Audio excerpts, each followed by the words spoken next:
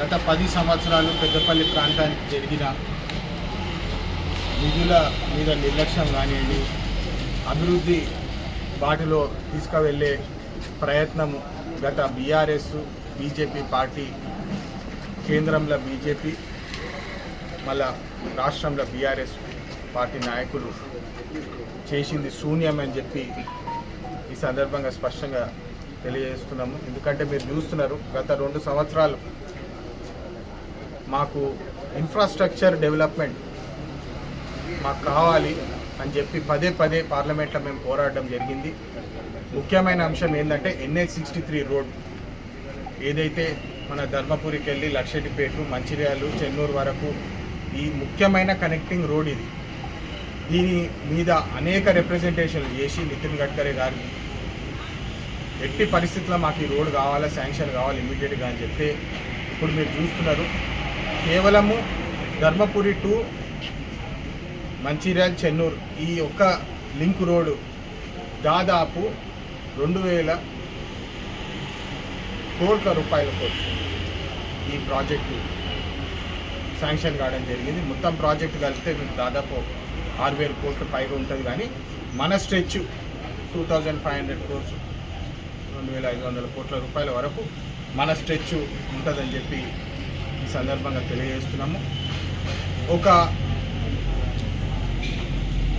కఠినమైన పని ఆలోచన, ఒక దురాచరణ తోటి ఈ బీజేపీ పార్టీ ఏదైతే ప్రవర్తిస్తుందో మీరు అందరూ ఒకటి గమనించాలి. ఎలక్షన్ టైంలో కూడా మీరు అందరూ గుర్తించాలా. అయోధ్య టెంపుల్ కడుతున్నాము, రాముడు టెంపుల్ కడుతున్నాం అని చెప్పి వాళ్ళు అక్షింతలు మేము అయోధ్యకి వెళ్ళి తీసుకొచ్చినామని చెప్పి వాళ్ళు ఏదైతే ఇంటింటికి పంచినారో, నరేంద్ర మోడీ గారే స్వయాన కోర్టు కేసు గెలిపించినారు. నరేంద్ర మోడీ గారే స్వయంగా ల్యాండ్ ఇప్పించినారు. మళ్ళీ విగ్రహ శంకుస్థాపన కూడా మోడీ గారే చేసినారు. శంకరాచార్య వర్యులు బయటికి పెట్టి ఆయననే నేనే పూజలు చేస్తాను, నేనే పునస్కారాలు చేస్తాను అని చెప్పి ఆయననే వీడియోలలో వచ్చేటట్టు సినిమా యాక్టర్లు అందరినీ పిలిపించి అయోధ్య కట్టింది, రాముడు ఆలయం కట్టింది నరేంద్ర మోడీ అని చెప్పి పెద్ద ఎత్తున ఏదైతే మార్కెటింగ్ చేసుకుందో, ఈరోజు దేవుడి హుండీ నుంచి 250 కోట్ల రూపాయల వరకు ఒక ఘోటాలా చేసి, ఒక దందా స్కామ్ చేసి మరి ఈరోజు దాని మీద మాట్లాడుకోవడము ఎంతవరకు కరెక్ట్ అని చెప్పి ప్రజలందరూ గమనించాలి.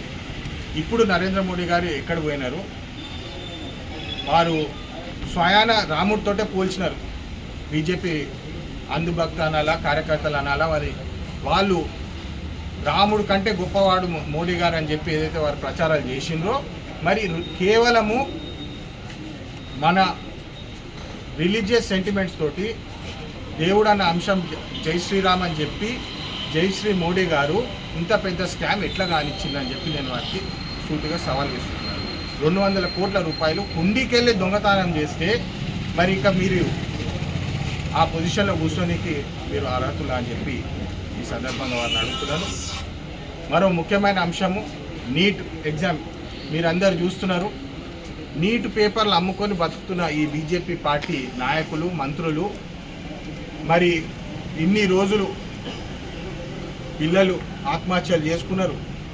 మేము కష్టపడి భవిష్యత్తు మాది బాగుండాలి, మా పిల్లల భవిష్యత్తు బాగుండాలి అని చెప్పి వాళ్ళు కష్టపడి ఎగ్జామ్ రాస్తే వీళ్ళు ఆ పేపర్లు అమ్ముకొని బతుకుతున్నారు. ధర్మేంద్ర ప్రధాన్ లాంటి మంత్రులు ఇట్లా చేస్తే మేము ఊరుకోము. వచ్చే పార్లమెంట్ సమావేశాల్లో కూడా 20 ఎంపీలని, టీఎంసీ ఎంపీలని వాళ్ళని కొనేసినారు. శివసేన ఉద్ధవ్ ఠాక్రే ఎంపీలను కొనేసినారు. అంటే ఏమన్నా సరే మేము ఏం చేసుకుంటే చేసుకుంటాము, మీరు ఏం చేసుకుంటే చేసుకోండి అన్న ఈ ప్రవర్తన ఏదైతే ఉందో రాజ్యాంగానికి వ్యతిరేకము. మేము దీనికోసం పోరాడతామని చెప్పి నేను అందరికీ తెలియజేస్తున్నాను.